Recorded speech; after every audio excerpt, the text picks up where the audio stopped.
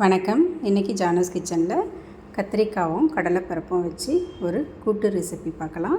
நான் அதுக்காக குக்கரில் ஒரு 100 கிராம் அளவுக்கு கடலைப்பருப்பை நல்லா கழுவிட்டு தண்ணி சேர்த்து அதில் கொஞ்சமாக மஞ்சள் தூளும் கொஞ்சம் எண்ணெயும் சேர்த்து குக்கர் மூடி போட்டு 3 விசில் வச்சு வேக வச்சுக்கிறேன்.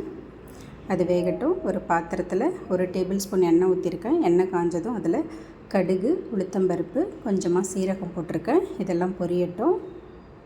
இப்போ இதில் கொஞ்சமாக கருவேப்பிலை, 2-3 பச்சை மிளகாய் சேர்த்துருக்கேன்.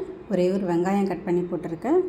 பழுத்த தக்காளியாக ஒரு மீடியம் சைஸ் தக்காளியை கட் பண்ணி போட்டிருக்கேன். இதை ஒரு 2 நிமிஷத்துக்கு வதக்கி விட்டுக்கிறேன். வதக்கின பிறகு இது கூட 1/4 கிலோ அளவுக்கு கத்திரிக்காவை இந்த மாதிரி பொடி பொடியாக கட் பண்ணி போட்டிருக்கேன். அதையும் சேர்த்து ஒரு 2 நிமிஷம் வதக்கிட்டு ஸ்லோலே வச்சு மூடி வச்சிடலாம். இப்போ கடலைப்பருப்பு வெந்துருச்சான்னு பார்க்கலாம். கடலைப்பருப்பு நல்லா வெந்துருச்சு. இதை நல்லா கூழாக மசிச்சு விட்டுறாமல் ஒன்றும் பாதியமாக இந்த மாதிரி கரண்டியாலே கடைஞ்சி கொடுத்துடலாம்.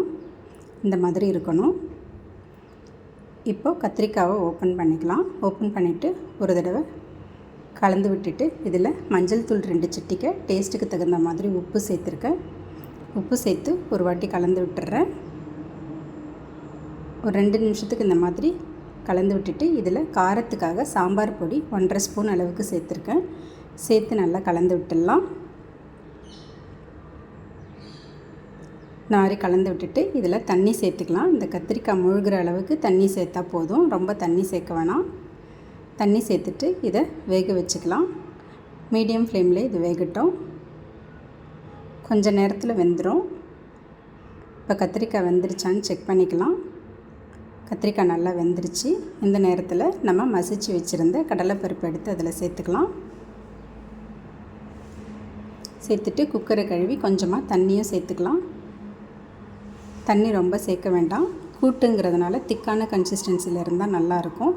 இந்த மாதிரி சேர்த்து நல்லா கலந்து விட்டுட்டு ஒரு 2 நிமிஷத்துக்கு நல்ல மீடியம் ஃப்ளேம்லேயே வச்சு இதை கொதிக்க வச்சுக்கலாம்.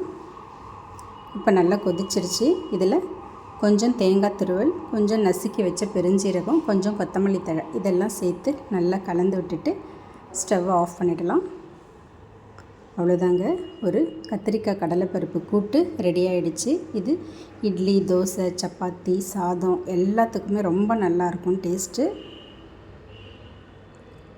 ட்ரை பண்ணி பாருங்கள். தேங்க்ஸ் ஃபார் வாட்சிங்.